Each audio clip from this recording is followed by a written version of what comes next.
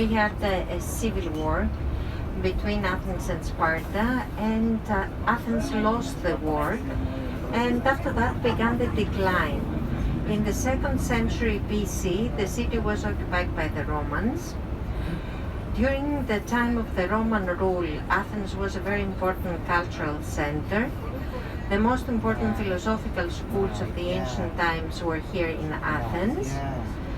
And in Byzantine times, when Christianity became the official religion of the Byzantine Empire, and this was in the 4th century AD, all sanctuaries of the ancient Greeks were closed, all temples were converted to churches, and in Byzantine times, Athens was a small and insignificant city, and was attacked and invaded by many different foreign rulers. And in 1456, the city was occupied by the Turks. After 400 years of Turkish rule, the War of Independence began in 1821. 10 years later, the city was liberated, and in 1834 became the capital of the country.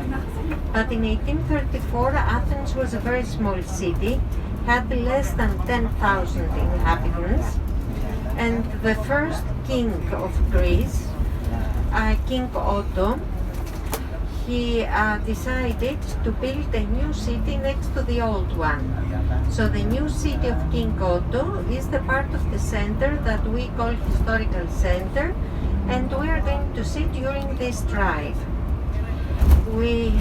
The historical center lies at the end of this street, and the first ancient monument that we are going to see will be the Temple of Zeus. The Athenians built a huge temple here in order to honor Zeus. It was the biggest temple ever constructed in mainland Greece, and it was 27 meters high. So after the next traffic light to the left, you're going to see the columns of Zeus's temple.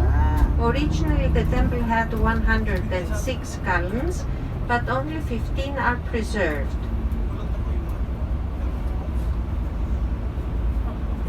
Here to the left, you see the columns of Zeus's temple.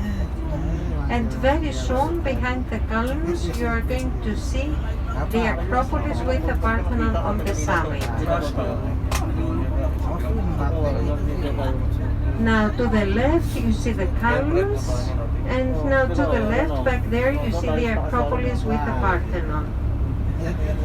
And we are very close to the Panathinian Stadium, the stadium where the first modern Olympic Games were held in 1896. The stadium is made out of marble, the same marble that the Athenians used also in the 5th century BC for the temples on the Acropolis. It is the marble from Mount Penteli that lies to the north of the city. It has a capacity of about 45,000 spectators. It was built in the 19th century to host the first modern Olympic Games.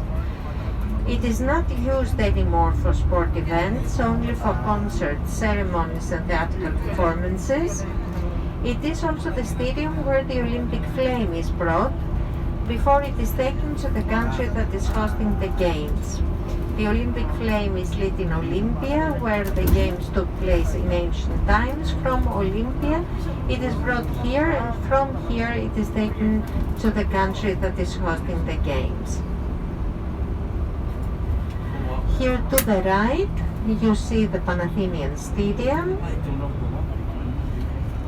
And as we said, this is the stadium where the first modern Olympic Games were held. And this is the stadium where the Olympic flame is brought. Here we can have a short photo stop, 5 minutes if you want to go closer and take a picture of the stadium. Do you want to get a picture? Yeah.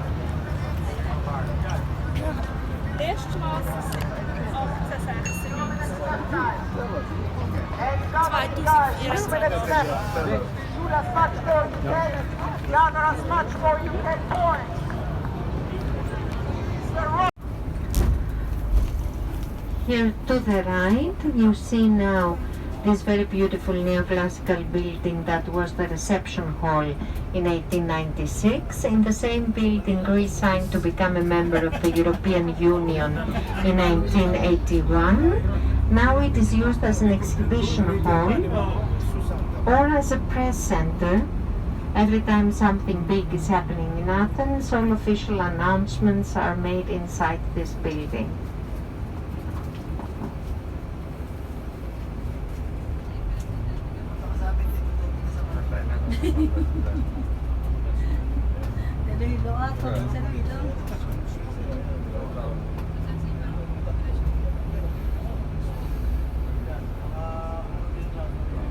May WhatsApp ka, ano?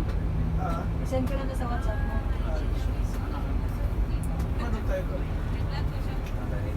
And here to the left you see a statue that is a modern statue but copies the ancient statues that represents Alexander the Great on his horse. And to the right you see two statues made out of marble. The woman is the personification of Greece and the man is Lord Byron. Greece is thanking Lord Byron because he participated in the Independence War in 1821.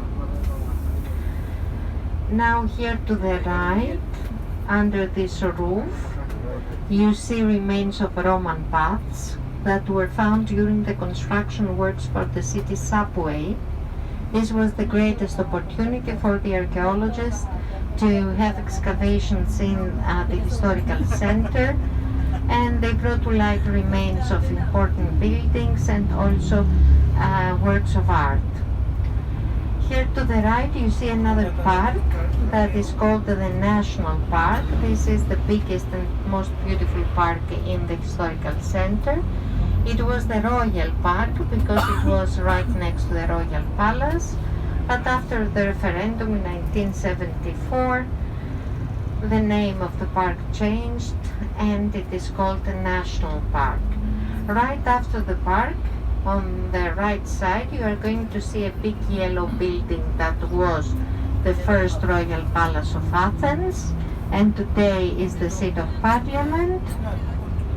In front of the parliament you will see the monument of the unknown soldier, and there you will see soldiers with the traditional costume of Greece. It is the building that you see now to the right. This is now the parliament. In front of the parliament you see the monument of the unknown soldier. You see the soldiers with the traditional costume of Greece. They must stand still for an hour and after that we have the change of the guards. This was the uniform that the soldiers used to wear during the Independence War in 1821. And on the other sides to the left, you see the biggest square in the center, Syntagma Square, Constitution Square.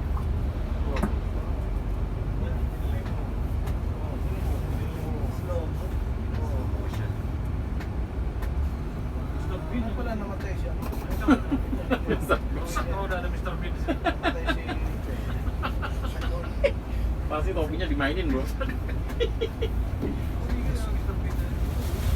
Lewat. Wah, lepas. Pikiran kita sama tuh.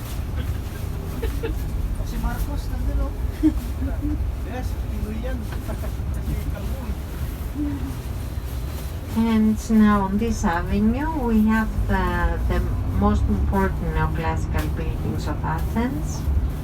A little bit further down on the right side you will see a neoclassical building with Ionic columns on the facade. This was Schliemann's house here in Athens. Schliemann was a great admirer of Homer, and thanks to his belief that behind the myths there are hidden actual historical events, he organized the first excavations in Mycenae and Troy.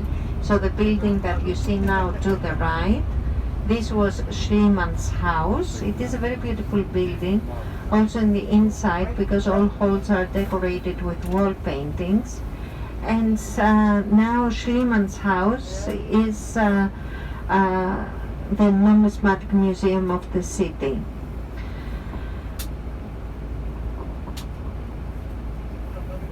Schliemann started the first excavations in Mycenae in 1876, and he brought to light the royal graves, and the offerings to the dead were extremely rich.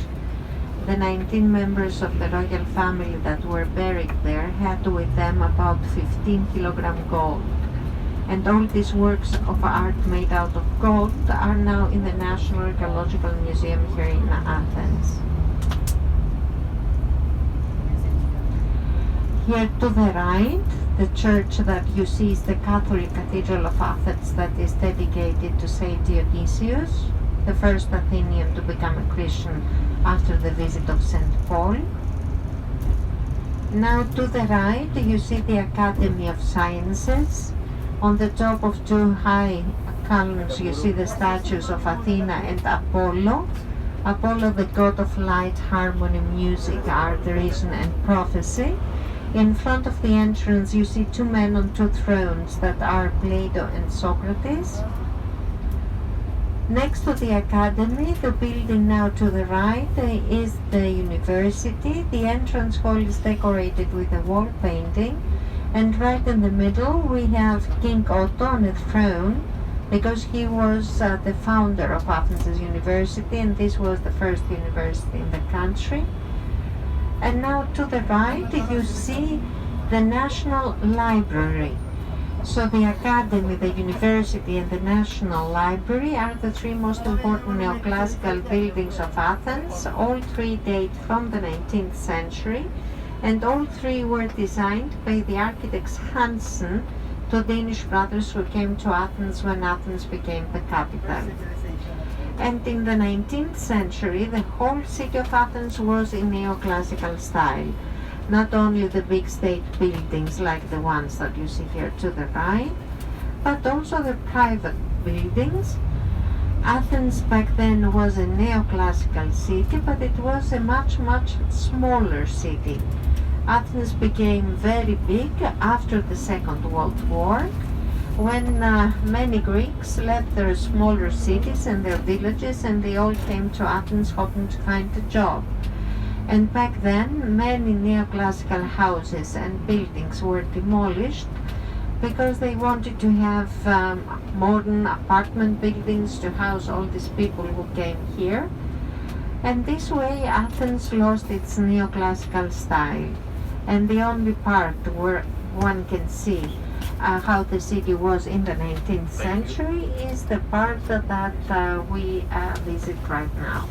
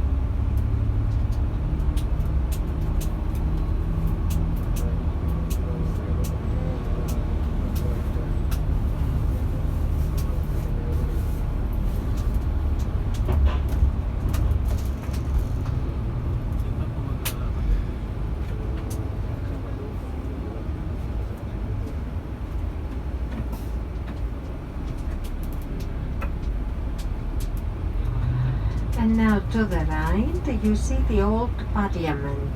We saw the Parliament on Syntagma Square, but don't forget that this was the royal palace. So when the king lived there, the Parliament had its seat in the building that you see now to the right. Now the old Parliament is a museum about the modern history of Greece.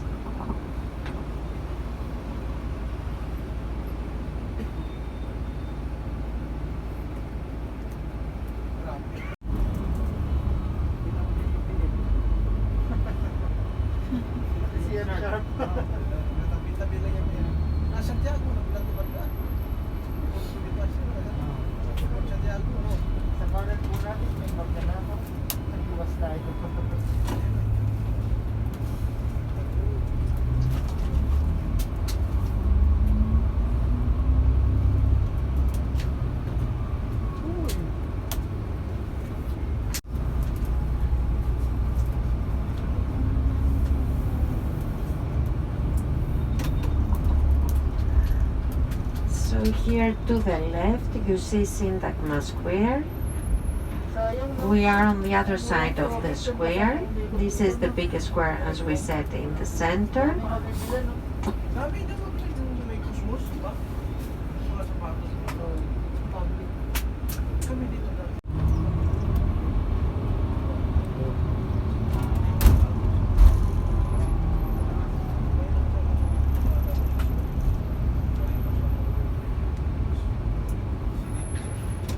So now to the left you see Hadrian's Arch. And this was the historical center of Athens. And now we go back to the port. It is the same way back. In about 20 to 30 minutes, it depends on traffic, we are going to be back.